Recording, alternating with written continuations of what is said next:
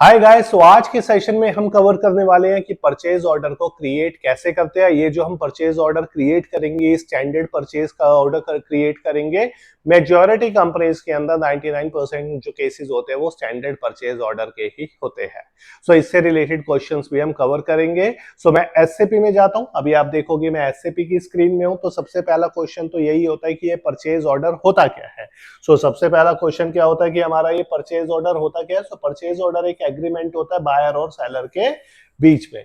सो ये purchase order होता क्या है, ये एग्रीमेंट होता है बायर और सेलर के बीच में। अगेन इंटरव्यू का क्वेश्चन है, कौन क्रिएट करता है purchase order. So answer is जो बायर होता है, जो परचेज टीम होती है वो इसे क्रिएट करती है। नेक्स्ट क्वेश्चन मोस्ट इंपॉर्टेंट, जब हम परचेज ऑर्डर क्रिएट करते हैं तो कौन सी जर्नल एंट्री, कौन सी अकाउंटिंग एंट्री होती है। सो कोई भी जर्नल एंट्री नहीं होती, कोई भी जो है काउंटिंग एंट्री नहीं होती। क्यों? क्योंकि ये जो है एक एग्रीमेंट होता है। और फोर्थ क्वेश्चन है जो मोस्ट इंपॉर्टेंट है, वो उनके लिए जो कंपनी में परचेज के डिपार्टमेंट में एज अ परचेज एसोसिएट काम कर रहे होंगे। जब परचेज ऑर्डर क्रिएट होता है तो जो स्टॉक होता है, जो इन्वेंट्री होती है, उसका स्टेटस क्या होता है। उसका स्टेटस जो होता है वो ऑन ऑर्डर के अंडर होता है। अब ये ऑन ऑर्डर होता क्या है, इसे हम एसएपी के अंदर देखेंगे। सो पीओ बनाने के लिए, परचेज ऑर्डर बनाने के लिए जो टी कोड है वो ME21 है। अगर हमें इसे एडिट करना है तो ME22N से एडिट कर सकते हैं। और अगर हमें इसे डिस्प्ले करना है, कल को हो सकता है आप अकाउंट्स पेबल वाले प्रोफाइल में काम कर रहे हो, आपको 2 वे मैच करना हो, 3 वे मैच करना हो, तो आप इस वाले टी कोड का ही यूज करोगे। सो स्टार्ट करते हैं। आज का एक परचेज ऑर्डर बनाते हैं जो हमारा मटेरियल से रिलेटेड है। सबसे पहले मैं यहां पर जाता हूं और हमारा जो टी कोड है ME21N, तो मैं अगर यहां पे नहीं आ रहा है मैं टाइप कर दूंगा /N ME21N। सो ये मैंने टी कोड किया, इसे मैं एंटर करूंगा। जैसे मैं एंटर करूंगा मैं परचेज ऑर्डर वाली स्क्रीन पे आ जाऊंगा। सो अगर आप यहां पर देखोगे, 2-3 चीज काफी इंपॉर्टेंट है। ये जो परचेज ऑर्डर हम क्रिएट कर रहे हैं ये स्टैंडर्ड परचेज ऑर्डर है। जब मैं नेक्स्ट सेशन में जाऊंगा, जब हम ब्लैंकेट पीओ क्रिएट करेंगे, सो यहाँ पे आपको फ्रेमवर्क पीओ दिखाई देगा। सो अभी आपको दिखाई दे रहा है यहाँ पे स्टैंडर्ड पीओ। जब हम स्टैंडर्ड परचेज ऑर्डर डालते हैं तो यहाँ पे हमारा सप्लायर आएगा, यानी कि किससे हम सामान खरीदने वाले हैं।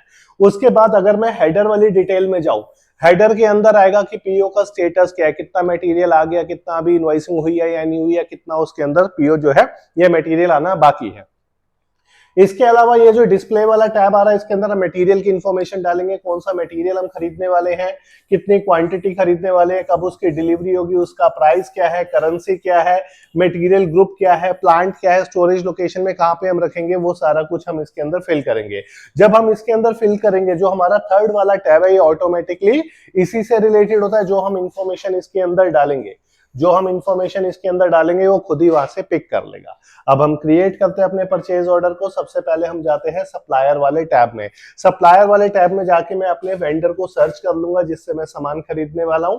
सो यहाँ पे मैं अपना कंपनी कोड डालूंगा विच इज 27000, जो मैंने इसमें क्रिएट कर रखा है। और उसके बाद मैं नेम में जाऊंगा, यहाँ पे पहले मैं स्टार लगाऊंगा। स्टार लगाने के बाद जो मेरा वेंडर है स्पार्क, SPARK, स्पार्क ऑटोमोबाइल ए, उसके बाद स्पेस दूंगा, ए लगाऊंगा, स्पार्क स्पेस ए, अगेन स्टार लगाऊंगा, पूरा नाम डालने की जरूरत नहीं है, एंटर करूंगा। जैसे मैं एंटर करूंगा मुझे मेरा वेंडर दिखाई देगा, मैं उस पर डबल क्लिक करूंगा, उसका कोड यहाँ पे आ जाएगा। अब मुझे वेंडर हो गया, अब मुझे हेडर डालना है। सो मैं हेडर के अंदर जाऊंगा, यहाँ पे मुझे डिटेल डालनी है ऑर्गेनाइजेशन डेटा से रिलेटेड। सो अगर मैं स्टेटस पे जाता हूं तो देखो अभी तक हमारा कोई भी ऑर्डर क्रिएट नहीं हुआ, कोई मटेरियल नहीं आया, कोई इनवॉइसिंग नहीं हुई, कोई पेमेंट नहीं गई, ये स्टेटस में दिखा रहा है। तो मैं ऑर्ग डेटा में जाता हूं, यहाँ पे डालता हूं मैं अपना purchase organisation which is CAPO। Purchase organisation यानी कि वो डिपार्टमेंट, परचेज डिपार्टमेंट जो मटेरियल को जो है प्रोक्योर कर रहा है। सेकंड आ रहा है परचेजिंग ग्रुप, यानी कि परचेज डिपार्टमेंट के अंदर एम्प्लॉइज की टीम होती है। समझो एक परचेजिंग ग्रुप मटेरियल लेगा, एक परचेजिंग ग्रुप जो है कंपनी के लिए सर्विसेज लेगा। तो यहाँ पे मैं डालूंगा PG का मतलब है ये मेरा परचेजिंग ग्रुप है। Third one is company code, मैं इसे हटाऊंगा 1710 को, अपना कंपनी कोड डालूंगा विच इज 2700। सो मैं चाहूं तो सर्च बार में भी जाके डाल सकता हूं या डायरेक्ट मैं यहाँ पे 2700 डालूंगा तो यहाँ पे मेरा कंपनी आ गया। अब मुझे कहां जाना है, अब मुझे नीचे वाली स्क्रीन में जाना है। मैंने अपना हेडर वाली इंफॉर्मेशन सारे फिल कर दिया। अब मुझे जो है आइटम वाली, ये वाली जो इंफॉर्मेशन है जहाँ पे ऑल आइटम्स दिखाई दे रहे हैं, यहाँ पे हम फिल करेंगे। यहां पे अगर आप देखोगे सबसे पहले आपको दिखाई दे रहा है ए और आई। अब ये ए और आई क्या है, सबसे इंपॉर्टेंट है। ए का मतलब है अकाउंट असाइनमेंट, आई का मतलब है आइटम कैटेगरी। आइटम कैटेगरी का मतलब है जो हम परचेज ऑर्डर बनाने वाले हैं वो हमारा स्टैंडर्ड है, ब्लैंकेट है या सर्विस पीओ है, वो सारा हमारा आइटम कैटेगरी में आता है। जबकि अकाउंट असाइनमेंट के लिए जो हमारा यूज होता है मेन पर्पस, वो अकाउंटिंग पर्पस के लिए यूज होता है। कल को जब मटेरियल आएगा तो अकाउंटिंग क्या होगी, ठीक है। सो ये हमारा अकाउंट असाइनमेंट आ रहा है। सेकंड वन इज अकाउंट जो है हमारा आइटम कैटेगरी। सो अभी हम अकाउंट असाइनमेंट में जब आप यहाँ पर जाओगे, सर्च बार में जाओगे, तो आपको कुछ भी यहाँ पे ऐसा नहीं दिखाई देगा। इसके अंदर एसेट आ रहा है जो जनरली हम यूज करते हैं, वो कॉस्ट सेंटर के लिए यूज करते हैं। जब हम ब्लैंकेट पीओ बनाएंगे तो इसे हम ब्लैंक रखेंगे। इसके अलावा जब मैं यहाँ पे नेक्स्ट वाले टैब में जाता हूँ, जब मैं नेक्स्ट वाले टैब में जाता हूँ आइटम कैटेगरी में, सो आइटम कैटेगरी में जब मैं सर्च बार में जाऊंगा, यहाँ पे मुझे दिखाई देगा स्टैंडर्ड, यानी कि जो ऑर्डर बना रहा हूं मैं स्टैंडर्ड ऑर्डर बना रहा हूँ। ये देखो यहाँ सर्विस पीओ आ रहा है। जब हम ब्लैंकेट पीओ बनाएंगे वहां पे लिमिट का यूज करेंगे। कंसाइनमेंट पीओ आ रहा है, सब कॉन्ट्रैक्टिंग आ रहा है, तो यहाँ पे मैं स्टैंडर्ड ले लेता हूँ विच इज ब्लैंक, इसलिए ब्लैंक आ रहा है। नेक्स्ट वन इज कौन सा मटेरियल मैं प्रोक्योर करने वाला हूँ, परचेज करने वाला हूँ। मैं सर्च बार में जाऊंगा, सर्च बार में जाके यहाँ पे मैं अपना प्लांट डालूंगा विच इज CAPL। CAPL ये मेरा प्लांट है। उसके बाद मैं मटेरियल डिस्क्रिप्शन में जाऊंगा, स्टार लगाऊंगा। SAP में सर्च करने के लिए मैं स्टार लगाना है, 2 व्हीलर डालूंगा, TWO स्पेस W और फिर स्टार लगाऊंगा, एंटर करूंगा। जैसे मैं एंटर करूंगा मेरा जो मटेरियल है 2 व्हीलर ब्रेक्स वो यहाँ पर आ गया, इसे मैंने ले लिया। कितनी क्वांटिटी है, क्वांटिटी समझो मैं 20 क्वांटिटीज ले रहा हूं, तो यहाँ पे मैं 20 क्वांटिटी डाल दूंगा, यहाँ पे मैं 20 क्वांटिटी डाल दूंगा। उसके बाद जो है यहाँ पे आ रहा है डिलीवरी डेट, कब डिलीवरी चाहिए हमें, आज की डेट में चाहिए। यहाँ पे डेट डाल दूंगा 23.04.2024। प्राइस सिस्टम खुद पिक करेगा, प्राइस जो है सिस्टम खुद पिक करेगा। कैसे करेगा अभी बताऊंगा। सिंपल, मैं क्या करूंगा, उसके बाद प्लांट में जाऊंगा, यहाँ पे डालूंगा CAPL प्लांट, यानी कि जिस जगह मैं सामान को रखूंगा वो मेरा प्लांट। उसके आगे आ रहा है स्टोरेज लोकेशन, उसके बाद मैं यहाँ पे स्टोरेज लोकेशन डालूंगा विच इज हार्ड। अगर मैं सर्च बार में भी जाके करूं, यहाँ पे सर्च भी कर सकते हो, या फिर मैं डायरेक्ट टाइप कर देता हूं HARD हार्ड, ठीक है। अब मैं क्या करूंगा, सारी डिटेल्स मैंने डाल ली, मेरा मटेरियल कौन सा है, कब वो डिलीवर होगा, कितनी क्वांटिटी होगी, प्राइस सिस्टम खुद पिक करेगा। वो सामान आएगा उसे मैं कहां पे रखूंगा, प्लांट में, और उस प्लांट के अंदर स्टोरेज लोकेशन में जो वो कहां पे जाएगा। अब मैं एंटर करूंगा। अब मैं जैसे ही एंटर करूंगा, सिस्टम जो है देखो खुद उसने प्राइस पिक किया है 560 रुपीज। ये जो प्राइस पिक किया है सिस्टम ने, ये खुद पिक किया है 560 रुपीज। ये क्यों किया है, क्योंकि हमने यहाँ पे PIR क्रिएट कर रखा है। और PIR जो क्रिएट होता है वो होता है ME11 से, जिसे हम कहते हैं परचेज इन्फो रिकॉर्ड। ये परचेज इन्फो रिकॉर्ड क्या करता है, सप्लायर को और मटेरियल को आपस में लिंक करता है कि हम कितने का मटेरियल जो है इस वेंडर से खरीदेंगे, ठीक है। तो यहाँ पे हमने ये PIR लिंक कर रखा है, उस जिसमें हमने प्राइस 560 लिया है, जिसकी वजह से यहाँ जो प्राइस है वो 560 आ रहा है। सो जो प्राइस होता है आप चाहो तो मैनुअली डाल सकते हो, लेकिन मैनुअली डालना हो तो हम PIR क्रिएट नहीं करेंगे। सो यहाँ पे हमें, क्योंकि ऑटोमेटिक उठाना था सिस्टम ने, और कंपनीज के अंदर भी PIR क्रिएट होता है, तो हमने यहाँ पे PIR को क्रिएट कर रखा है। इसके अलावा सारी इंफॉर्मेशन हमारे पास यहाँ पे आ गई। अब देखो मैं कहां पे जाऊंगा, नीचे मेरे यहाँ पे टैब आ रहा है कंडीशन का।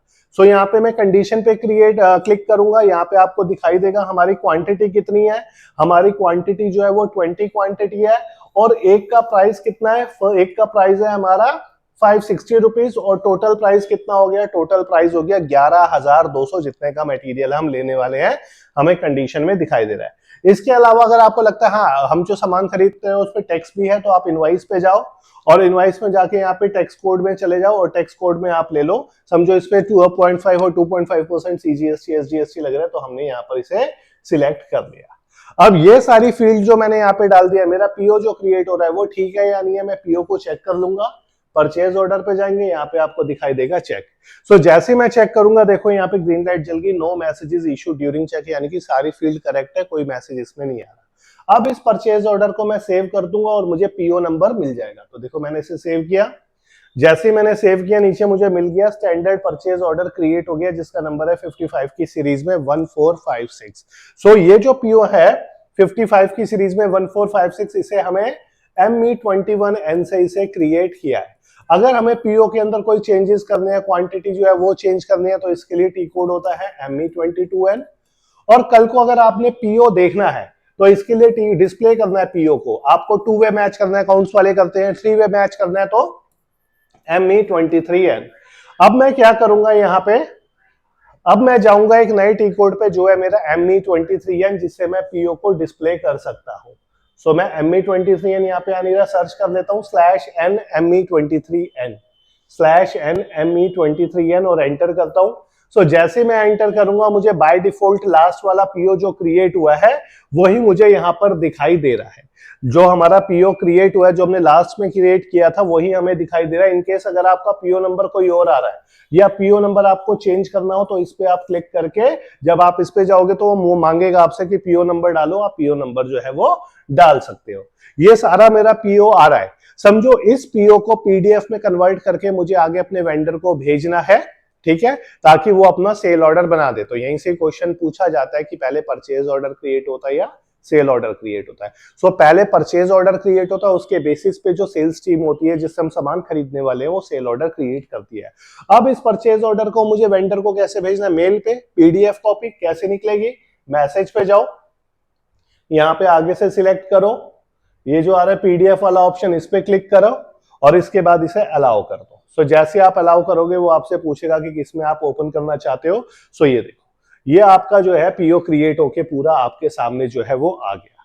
हम किससे सामान लेने वाले हैं, हम सामान लेने वाले हैं स्मार्ट ऑटोमोबाइल से, इससे हम सामान लेने वाले हैं, ठीक है। परचेज ऑर्डर नंबर हमारा मेंशन है, कब क्रिएट हुआ है वो मेंशन है, सप्लायर की आईडी हुई है, ये मटेरियल जो है वो आ रहा है। यहाँ पे आइटम देखोगे 10, अब ये 10 क्या है, जैसे हमारा जनरली सीरियल नंबर होता है 1 2 3 4, एसएपी में हम इसे कस्टमाइज कर सकते हैं 10 20 30 वही सीरियल नंबर है, या 5 10 15 एज पर आर रिक्वायरमेंट। उसके बाद ये डिस्क्रिप्शन आ रहा है मटेरियल का, कितनी क्वांटिटी है वो आ रहा है, डिलीवरी कब होनी है वो आ रहा है, प्राइस आ रहा है, टोटल वैल्यू आ रही है।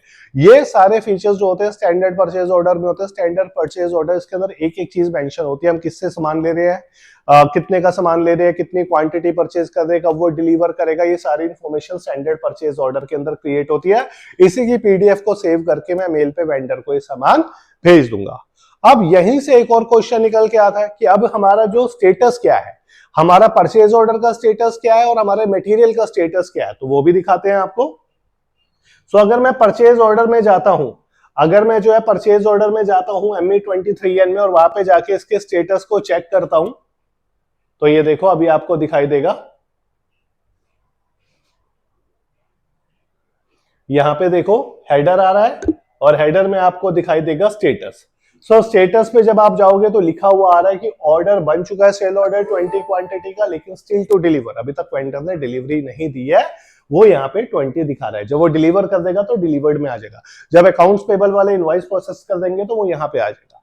सेम अगर आप परचेज डिपार्टमेंट में काम कर रहे हो, आप परचेज एसोसिएट हो या परचेज एग्जीक्यूटिव हो, अगर आपको स्टेटस पता करना हो कि हमारा, ये पूछा भी जाता है इंटरव्यू में कि जब आप मटेरियल परचेज ऑर्डर क्रिएट कर रहे हो तो मटेरियल का स्टेटस क्या होता है, इसके लिए टी कोड होता है मटेरियल को चेक करने के लिए MMBE, जो ये रहा, मैं MMBE में जाता हूं, एंटर करता हूं और एंटर करने के बाद यहाँ पे मैं अपना मटेरियल ले लेता हूं। सो स्पेस बार दबाऊंगा तो वो लास्ट वाला मटेरियल पिक कर लेगा, ये रहा। उसके बाद यहाँ प्लांट डालूंगा, स्पेस बार करूंगा तो आ जाएगा प्लांट भी, क्योंकि हमने लास्ट टाइम डाला था। और यहाँ पे स्टोरेज लोकेशन डालने की जरूरत नहीं है, सिंपल आप इसे एग्जीक्यूट करो। सो जब आप इसे एग्जीक्यूट करोगे, इंटरव्यू का क्वेश्चन है, जब आपका पीओ क्रिएट होता है तो मटेरियल का स्टेटस क्या होता है। सो मटेरियल जो होता है वो हमारा ऑन ऑर्डर स्टॉक में होता है। जब मटेरियल आ जाएगा, स्टोर कीपर रिसीव कर लेगा, GRN करेगा, तो ये वाला जो मटेरियल है इसका स्टेटस चेंज होके हो जाएगा अनरिस्ट्रिक्टेड। अब आप कहोगे सर आपने तो 20 क्वांटिटी का परचेज ऑर्डर बनाया था, यहाँ तो 185 क्वांटिटी आ रही है, वो इसलिए आ रही है इससे पहले भी मैं 2 परचेज ऑर्डर बना चुका। सो ये टोटल क्वांटिटी दिखा रहा है, हमारी जो 3 परचेज ऑर्डर बने हैं उनकी क्वांटिटी जो है वो 185 है। जैसे जैसे मटेरियल हमारे पास आता रहेगा, GRN करेगा स्टोर कीपर और ये जो है ट्रांसफर होता रहेगा अनरिस्ट्रिक्टेड के अंडर, ठीक है। सो ये होता है हमारा परचेज ऑर्डर, जो हमने स्टैंडर्ड परचेज ऑर्डर क्रिएट किया है। सो अगर आप जो अकाउंट्स पेबल के अंदर जाना चाहते हो वहां भी इसका यूज होने वाला है। अगर आप प्रोक्योरमेंट में काम कर रहे हो या परचेज में टैली पे या किसी और सॉफ्टवेयर में काम कर रहे हो तो भी आप SAP पे मूव ऑन हो सकते हो MNC में एंट्री लेने के लिए। सो कोई भी क्वेरी हो AP से रिलेटेड, परचेज से रिलेटेड, आप नीचे दिए गए नंबर पे कांटेक्ट कर सकते हो। ऐसी वीडियोस आपके साथ में शेयर करता रहूंगा। Thank you.